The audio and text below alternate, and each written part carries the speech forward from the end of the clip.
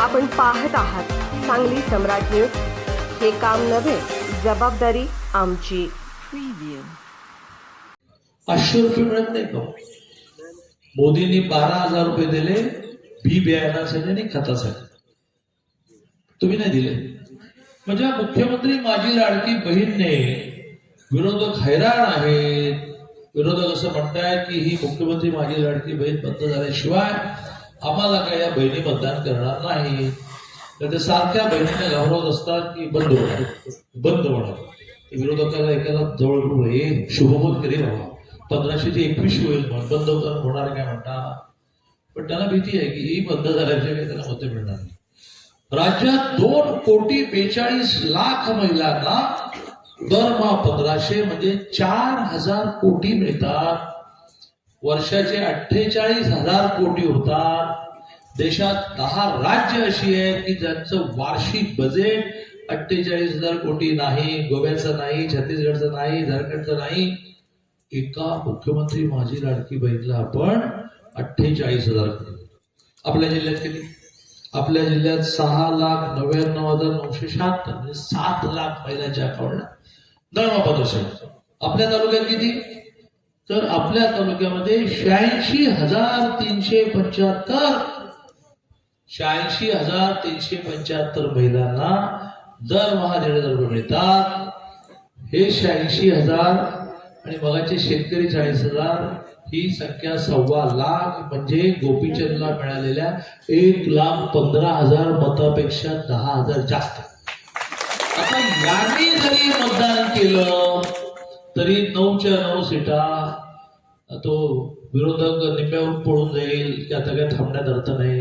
तर विरोधक हळूहळू पळायला लागतात. तर विरोधक निम्म्यावर पळून जातील, एवढी मतं पडतील. पुढचे 3 दिवस ह्या 1,25,000 लोकांना भेटा. मुख्यमंत्री माझी लाडकी बहीण जिला मिळते तिला भेटा. 12,000 शेतकरी नमो मिळतात त्यांना भेटा.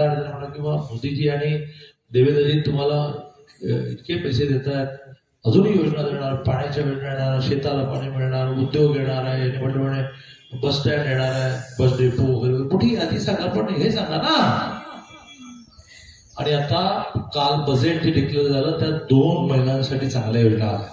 तर उद्यापासून त्याची अंमलबजावणी सुरू होईल. एक योजना काय आली की महिलांना आता 1 लाखाचं कर्ज बिना तारण द्यायचं, काही गारमेंट द्यायचे नाही. का? तर बँकेला 1,500 रुपये हे तिच्या अकाउंटला येतात, त्याची गॅरंटी झाली, हप्ता याच्यातून काढता येईल. 1 लाखाचं कर्ज बहिणीला मिळणार का? तर मोदीजींनी घोषणा केली की मला देशामध्ये 3 कोटी महिला लखपती निधी करायचे आहे. लखपती निधीचा अर्थ काय?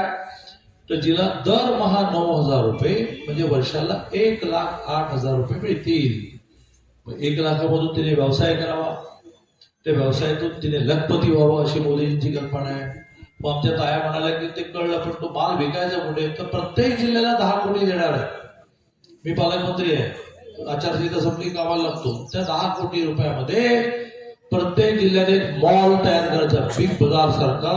केवळ महिला बचत गटाच्या वस्तू विकल्या जातील, पुरुषांना प्रवेश नाही.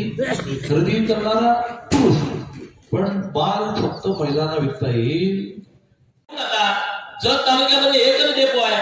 माझ्या खानापूर मतदारसंघामध्ये आटपाडीला डेपो आहे, विट्याला डेपो आहे, तासगावची 22 गाव आहेत त्यांना तासगावला डेपो आहे. म्हणजे विट्याला 5 मिळाल्या, आटपाडीला 5 मिळाल्या. तुम्ही डेपोवरती आम्हाला 5 कसं काय देणार? तुम्ही आम्हाला किमान 20 गाड्या तर दिल्या पाहिजेत. ते म्हणजे नाही देत आहेत. मग मी दादांना भेटलो, म्हणलं दादा आम्हाला आता नवीन डेपोज तुम्ही द्या. परिवहन मंत्री असं बोलत आहेत. माननीय मुख्यमंत्री महोदयांना भेटलो आणि दादाने आणि मुख्यमंत्री महोदयांनी सांगितल्यामुळं आता उंदीला आपला नवीन एसटी डेपो मंजूर होतोय. आता त्याची प्रक्रिया अंतिम टप्प्यात आली आहे. दादा तुम्ही आले दिल्यामुळे आता ती सगळी कारवाई पूर्ण झाली. आता जमीन हस्तांतरणासाठी प्रस्ताव आमचा कलेक्टर साहेबांकडे जातोय आणि 11 तारखेला योगायोगाला तुमची जिल्हा नियोजनची बैठक आहे. त्या बैठकीमध्ये तुम्ही कलेक्टर साहेबांना जर सूचना दिली की उमदीची जागा तुम्ही एसटी महामंडळाचा वर्ग करा, म्हणजे पुढच्या महिन्यात आपलं तुमच्या आदेशानं एसटी डेपो पण आमचा नव्यानं तयार होतोय. असे अनेक कामं करतोय. इथं माडगावात बाजार भरतो मेंढ्यांचा, शेळ्यांचा मोठा बाजार भरतो. आणि माडगाव मेंढी म्हणून एक नवीन ब्रीड हे या भागात तयार झालंय. आणि ते माडगाव मेंढीवरती कर्नाटकवाले दावा टाकतायत ही मेंढी आमची आहे. आणि म्हणून त्याचं GI मानांकन माडगाव मेंढीचं हे माडगावला मिळालं पाहिजे, यासाठी आपण दादा प्रयत्न करावा. नंबर 1. आणि संशोधन केंद्र हे आपल्या इथं झालं पाहिजे माडगावमध्ये, अशी आमच्या सर्व लोकांची मागणी आहे. दुसरा विषय असा आला पुढे की तालुका माडगाव तालुका व्हावा असं माडगाववाल्यांची मागणी आहे. संघवाले म्हणतात की आमच्या इथं व्हावा. तर तुम्ही माननीय महसूल मंत्री महोदय यांच्या उपस्थितीमध्ये मी माडगावच्या लोकांना पण बोलवतो, संघच्या लोकांना बोलवतो, उंदीच्या लोकांना बोलवतो. एक चांगला मध्य मार्ग काढून सर्वांना विश्वासात ठेवून आपल्याला पुढे कसं जाता येईल अशा पद्धतीची भूमिका आपण घ्यावी, अशी तुम्हाला कळकळीची विनंती करतो. संजय राव, तुम्ही चांगल्या पद्धतीने लढताय. कार्यकर्त्यांना माझी विनंती आहे, जर या गावागावाचा तुम्हाला विकास करायचा असेल तर भाजपाशिवाय दुसरा पर्याय तुमच्या समोर आता नाही आहे.